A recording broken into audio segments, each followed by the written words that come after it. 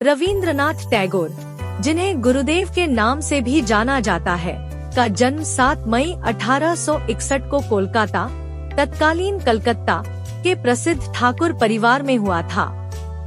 वे एक महान कवि, लेखक, दार्शनिक और समाज सुधारक थे।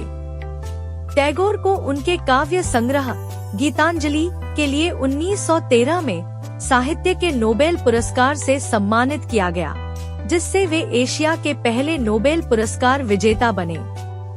उनके जीवन की कथा प्रेरणा, संघर्ष और रचनात्मकता से भरी हुई है। रविंद्रनाथ टैगोर का जन्म एक समृद्ध और सांस्कृतिक रूप से समृद्ध परिवार में हुआ था।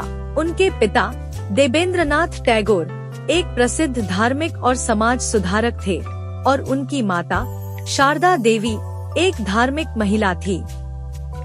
रविंद्रनाथ ने बचपन में ही अपनी काव्य प्रतिभा का परिचय देना शुरू कर दिया था। उन्हें औपचारिक शिक्षा से विशेष लगाव नहीं था, इसलिए उन्होंने घर पर ही शिक्षकों के मार्गदर्शन में शिक्षा प्राप्त की। टैगोर ने पश्चिमी साहित्य, संगीत और कला का भी गहन अध्ययन किया। रविंद्रनाथ टैगोर का साहित्यिक करियर बहुत ही प्रारंभिक अवस्था में शुरू हुआ।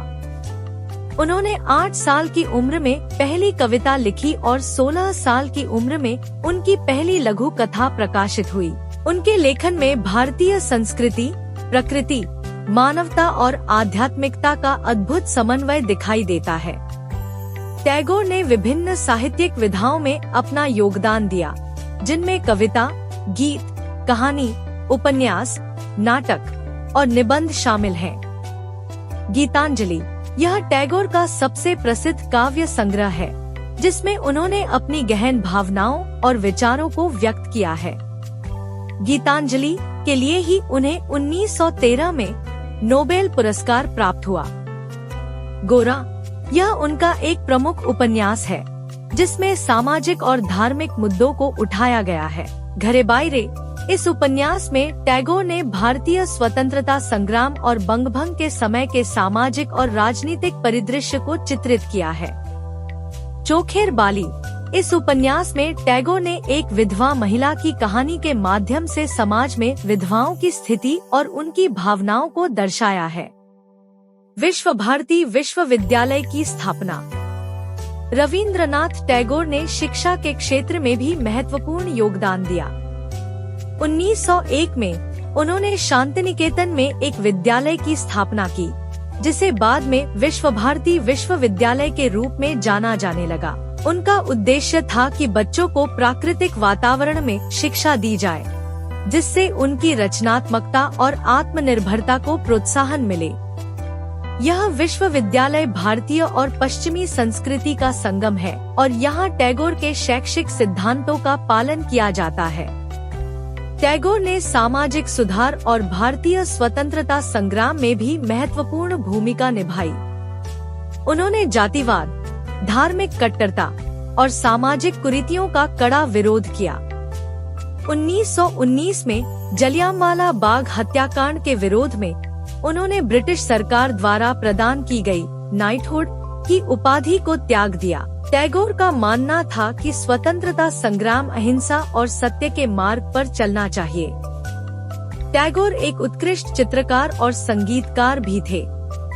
उन्होंने अपने जीवन के अंतिम वर्षों में कई पेंटिंग्स बनाई, जिन्हें विश्व भर में सराहा गया। उन्होंने कई गीत भी लिखे और संगीतबद्ध किए। उनका लिखा जन गण मन भारत का राष्ट्रीय गान बना और बांग्लादेश का राष्ट्रीय गान आमार सोनार बांग्ला भी उनकी रचना है। टैगोर का व्यक्तिगत जीवन संघर्षों और दुखों से भरा हुआ था। उन्होंने अपनी पत्नी मृणलिनी देवी और 2 बच्चों को खो दिया था। उनके इन व्यक्तिगत दुखों ने उनके साहित्यिक और दार्शनिक दृष्टिकोण को और भी गहन और व्यापक बना दिया। रविंद्रनाथ टैगोर का निधन 7 अगस्त 1941 को हुआ। उनके निधन के बाद भी उनकी रचनाएं और शिक्षाएं आज भी हमें प्रेरित करती हैं। टैगोर का जीवन और उनकी कृतियां भारतीय साहित्य और संस्कृति का अमूल्य हिस्सा है। उनके विचार और सिद्धांत आज भी समाज को नई दिशा देने में सक्षम हैं।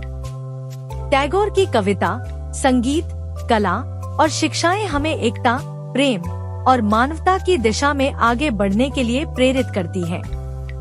रवींद्रनाथ टैगोर की कहानी हमें सिखाती है कि सच्ची रचनात्मकता और भक्ति से हम किसी भी परिस्थिति में महानता प्राप्त कर सकते हैं। उनका जीवन और उनके कार्य हमें प्रेरणा देते हैं कि हम अपनी संस्कृति, समाज और मानवता की सेवा में अपने जीवन को समर्पित करें।